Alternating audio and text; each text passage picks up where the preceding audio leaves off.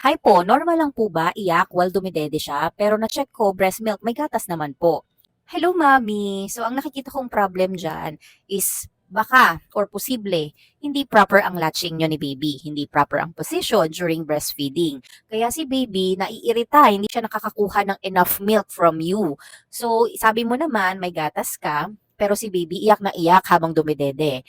Ang latching po is the proper position during breastfeeding. So, papakitaan kita ng proper latch, ha? So, ayan mami, kung makikita mo, ito yung proper position, correct latch on. Dapat yung mouth niya is widely open, as in open talaga. You must check these possible guidelines para masabi mo na correct latch yung ginagawa ni baby. So, kailangan yung mouth daw is nako-cover niya yung buong areola. So, ibig sabihin, the mouth is widely open. Next, lips are flung out. So, parang nakaganon, mami, oh.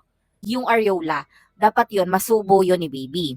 Next, natitignan mo yung chin ni baby. Dapat nakadikit yon doon sa breast part mo, sa lower breast part mo. And syempre, yung ilong, dapat free lang yan. Hindi yan nakasubsob sa breast mo. So, yun yung mga titignan mo, correct latch, para maayos makadede si baby. Syempre, may mga proper position din na kailangan mo i-consider. Hahanap ka lang kung saan siya komportable, kung saan masusubo ng maayos ni baby yung buong areola mo. Kaya i-guide mo siya kung paano niya gagawin yon. Of course, sa simula, syempre, mangangapa pa kayong dalawa kung paano yung proper position or proper latch, lalo na sa baby. Kaya ikaw, mami, kailangan i-guide mo siya.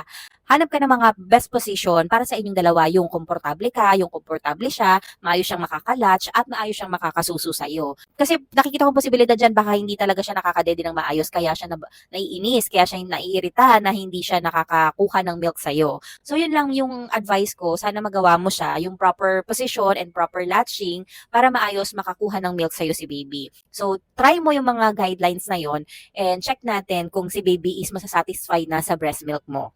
So, yun lang, mami. I hope you learned something from this video. So, yun lang. Enjoy your breastfeeding journey!